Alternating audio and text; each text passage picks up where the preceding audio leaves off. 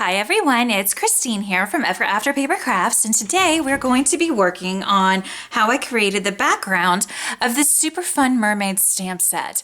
I am in love with the brand new release of all the mermaid stamp sets from Honeybee Stamps. They are absolutely amazing. So I just had to color up another one and created this fun mermaid oceany scene for you guys today. So today I'm actually not going to be doing the coloring of the mermaid today. If you would like to see that, please leave me a comment on this video and I would be happy to do a video on how I colored her. I just did a video 2 videos back on how I colored another mermaid from this release, so I thought it might be a little redundant, but again, if you would like to see it, just leave me a comment. If I get even one comment, I'm happy to pop on to YouTube and do a video coloring this particular mermaid. Today though, I just wanted to focus on how I created the fun background with the waves and the sky. So let me just bring the card up just a little bit so you can see some of the detail here. As you can see, I have sprinkled some fun silvery pigmented pearlescent paint onto the waves just to give it a little bit of added dimension and oomph to the card. I've put glossy accents on the little bottle here, and there's lots of glitter on the mermaid, but I don't think I'm going to be able to get it to show up on the video, but it will be in the pictures on my blog, and I'll have a link to my blog in the description box of this video below. So as you can see, this is just an A2 size note card here, and we've built our scene up from the note card. So let's go ahead and get started. The stamp set that I did use today for the mermaid, the starfish, and the little bottle, message in a bottle, is again, like I said, from Honeybee Stamps, and it's called Mermaid Song. And it's just a huge stamp set. I don't even have a pocket big enough for it yet. I have to order some, but it is amazing. It's a lovely stamp set. And so this is the mermaid, and then of course all of these sentiments that you can mix and match, plus all these little additional characters down here. So very fun stamp set to work with. All right, so the first thing that I want to do is show you how I created the waves. So what I'm going to do is I have a piece here of Bristol Smooth cardstock that I have just cut to an A2 size. So A2 simply means 4 1/4 by 5 1/2. I've brought over a piece of scratch paper, and I'm going to be using some Distress Oxide inks today. I'm going to be using 2 of the new colors. My order came in last week and I was so excited. I got all the new Distress Oxide inks that came out. I'm going to be using Salty Ocean and Peacock Feathers from the new batch, plus Cracked Pistachio from the original set of 12 that came out first. So let me go ahead and put the little sponges on the ink blending tools here, and then we will go ahead and get started creating our beautiful waves. So what I'm going to be doing here is just first plopping down a bunch of blue ink, the Salty Ocean ink. And as I'm working here, you will be able to see it's going to look kind of like a mess until the final step where we blend it all together. So just bear with me and stick with me here through this, and I just promise it will turn out pretty in the end. All right, so here we go. I'm just starting with Salty Ocean, and I'm just kind of putting it wherever I feel like it. Just kind of almost all over the cardstock base, but not completely, leaving some spaces open for some other colors to come in. So I'm just going around here quite quickly to get it coated with this nice blue Salty Ocean Distress Oxide ink. Okay, that looks good for now. Let's move that out of the way. Now we're going to come in with the Peacock Feathers. And this is a beautiful color. And I wanted to add some greens to the ocean because in real life, the ocean really does have a lot of green and blue hues. So I wanted it to look somewhat realistic here. So I'm just coming in and I'm putting some of this Peacock Feathers just on top of the blue and in some of the spaces. And right now it looks really blotchy and not very good, but you'll see with these oxide inks we'll be able to iron all of this out and blend it out beautifully when we come back in with our Salty Ocean at the end here and blend it all together. So we've done some of the Peacock Feathers. Now let's come in with some of the Cracked Pistachio, and we're just going to put this down as well, just kind of in random spots. And again, it's going to look very splotchy, but we're going to fix all that in just a moment. All right, I want some more Peacock Feathers. So I'm just coming back in again with a Peacock Feather and just putting it wherever I want it. And again, it looks horrible right now. Just stick with me here. I'm going to come back in now with the Salty Ocean, and this is where the magic's going to happen. This is how we're going to blend all of this together so it looks like a cohesive unit, but with different colors at the same time, if that makes sense. So we're just going to take our salty ocean and kind of go over everything with a light hand here and just sort of blend over everything to get everything blended together in a really nice look. And what it's going to do is it's going to just have a smooth transition from one color to the next. It's not going to be choppy. It's going to be very, very subtle and pretty transitions from one color to the next. These Oxide inks are very forgiving. So as you probably noticed, there was a big splotch here. It's gone. I'm going to work now on ironing out the splotch that's right here. And what I'm going to do is just simply, very gently, just come in with the salty ocean and just smooth it out. Beautiful, right? I mean, you just can't do better than these Oxide inks. I am in love with them. Absolute love. All right, so that's looking really good. I'm going to go ahead and close up the ink here and put the little blending pads away. And one thing to keep in mind too is if you're doing this at home, take your time with it. You don't have to go as quick as I did. You can absolutely add more greens, add more blues, add deeper blues, you know, just play with it. I just wanted to kind of give you an idea and go rather quickly here for the purposes of the video. But again, by all means, play with it, add more colors if you want to, and just have fun with it. Again, these Oxide inks are very forgiving. You can come in direct to the paper and make it all blotchy and then iron it out, smooth it out, and it works like a charm every time. So now I'm going to go ahead and take my distress sprayer here, and I'm just going to give it a few little squirts here so we can get a nice distressed look on our background here, our waves. So I'm going to let that sit for just a moment, and then I'm going to grab a paper towel and blot the water off. And we'll have a very nice distressed look to our background. So let me remove the scratch paper for a moment and show you what I mean. Isn't that lovely? I just love how the distress inks and distress Oxide inks react to the water. It's just very pretty. So now the next step that I would do is I would cut out my waves from this particular piece of cardstock. And I just used dies for that. And these dies happen to be from Craft and Desert Divas. These are the wave dies. And I put this small one here, and I used some low-tack tape. This happens to be micropore tape to tape it down. And then I did another one. This is a larger wave here from the same die set from Craft and Desert Divas, and I put it approximately there, used another piece of micropore tape, and then I ran this through my Big Shot. And what I was left with, I did this one off camera, was this and this. And then I took this one off after I'd run it through, put that to the side. I took this one off and I ran it through one more time up at the top. So put the tape down again on the same piece of cardstock. This saves you cardstock and saves you time. You only have to do the ink blending on one piece of cardstock.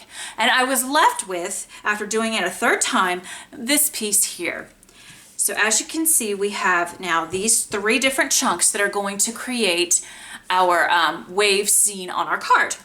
So I can use this for another card in the future. So I'm just going to set that aside. And I hope that made sense, guys. And then now what I'm going to do is create the sky piece that we will then place the waves on top of to create the whole scene. So let's set these aside for right now. And what I did is I went ahead and cut out with a rectangle stitched die, just another A2 size rectangle. You don't have to use a die, you could simply use your paper trimmer. Just make it the same size as your waves were, which is A2 in my case, which is 4 1/4 by 5 1/2. Now I'm gonna bring back over my scratch paper here, and I'm going to get out some Salty Ocean Distress ink. I am not using the Oxide ink for this particular technique that we're going to do. We're going to use a cloud stencil die. A cloud stencil from My Favorite Things. This is the best $6 I think I've ever spent in my life. It is awesome. And I tell you, when I was making this card, the first time I did it, I did try the Distress Oxide ink. But because it's such a vibrant, bright, bold ink, it just made the sky a little bit too dark for what I was going for. So I decided just to use the Salty Ocean regular distress ink for my sky here and the clouds. That just works better for me. But, you know, use whatever you would like to use. So we know we're going to have waves down here, so I'm just going to start the clouds about here because I don't know exactly where they're going to start. And what you do is you simply put the stencil in place and you start in a circular motion on the stencil itself, and then slowly bring the ink to the right above the cloud part of the stencil. And you will create a lovely little cloud outline. See? There you have it. So now you can turn the stencil to create all different kinds of shapes. And that's what makes this stencil so worth the investment. So as you can see, I'm just starting out on the stencil, and I get a lot of ink on the stencil on purpose because I don't want my sky too bright. Of course, doing that, I get ink all over my fingers from touching the stencil, but you wouldn't be a stamper, right, if you didn't have ink on your fingers. So now I'm just going to turn it again and just keep going. Again, starting off the paper on the stencil, and then slowly and lightly bringing that ink from the foam pad here up onto the actual paper. And I'm going to turn the stencil again. I love turning it. It just gives your sky different looks to it. And I love how my favorite things really thought that through in creating this stencil. There's another stencil now that's a smaller cloud stencil, and I have that as well. I haven't opened it up yet to play with it, but I'm super excited. The clouds are just a bit smaller than they are on this one, so you can just create different shapes. And it's such an easy stencil to use, and the effects that it creates are just absolutely amazing. Let me make sure I'm still on frame here. I am. All right, so now we're just going to finish this up here super quick, finishing our sky. And I'm going to do just a little tiny one right here. Again, starting on the stencil itself, off the paper, and coming in with that ink. And here's what you have. Isn't that beautiful? I'm in love with this stencil for sure. I mean, seriously, for $6, again, honestly, no exaggeration, best $6 I ever spent, I tell you. So let me go ahead and just put this ink away really quickly so I don't make a mess. And now I want to show you quickly how to clean your stencil if you don't know. You could obviously just run this under water, but if you have baby wipes, I do recommend just a quick way to clean your stencil is just simply put it on your scratch paper and then take a baby wipe and rub it all off. And I'll try to get it off my fingers too. It's all over my fingers now, but that's okay. All right, and now you have a perfectly clean stencil. So I'll set that aside, set our scratch paper aside, and now we're ready to go ahead and put the front of the card together. So what I'm going to do, now I have my pieces, and let me show you how this kind of all works together.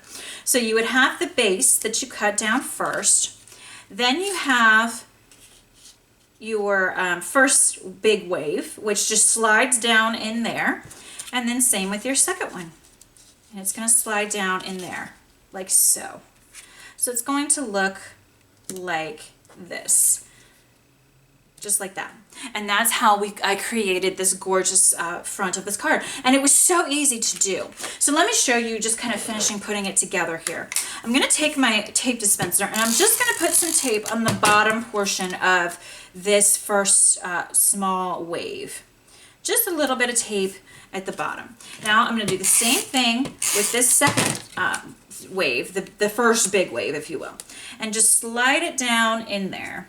So I've left the top parts untaped, if that makes sense. They're not taped down, so I can slide these right on into each other.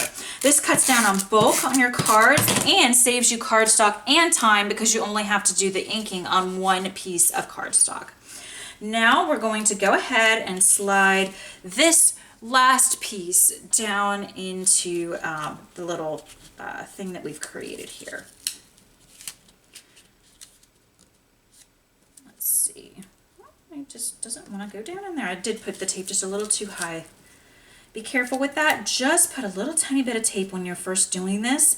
You can always go back and add more tape later, but it will make it easier. But there we go. I was able to just gently lift that tape up and it was no problem at the end. I like to kind of bend the waves a little bit, the tips of the waves forward just a bit.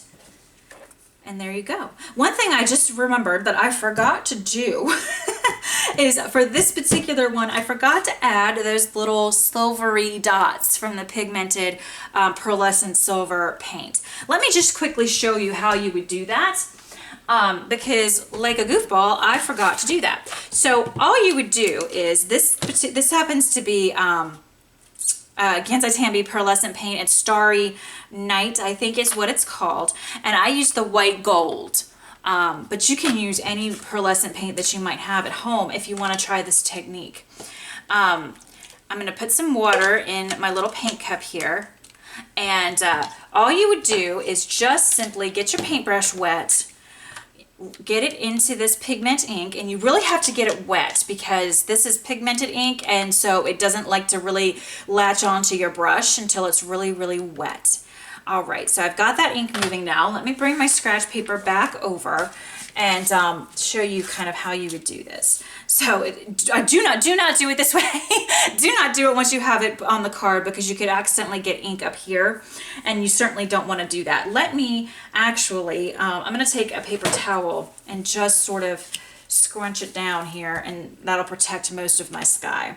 All right, so all you do is you get that ink on the tip of your paintbrush here, and then just put your finger and tap it down. And you can see I'm getting some, you know, right there in my wave. So it ended up working out, but definitely I recommend don't do that when it's on your card. Please don't do what I did. Do what I say, not what I do. Sorry about that, guys. I didn't mean to forget to show you guys that because it really is a fun addition to your card. Now, it doesn't look like much right now because it's wet, but again, let me bring over the finished card here and you can see how beautiful it looks when it's all dried. It just gives it that shimmer and shine look that I'm always looking for in my cards. All right, guys, so that's it. To finish the card up, of course, you would obviously color all your images and add your sentiment to the top left corner here.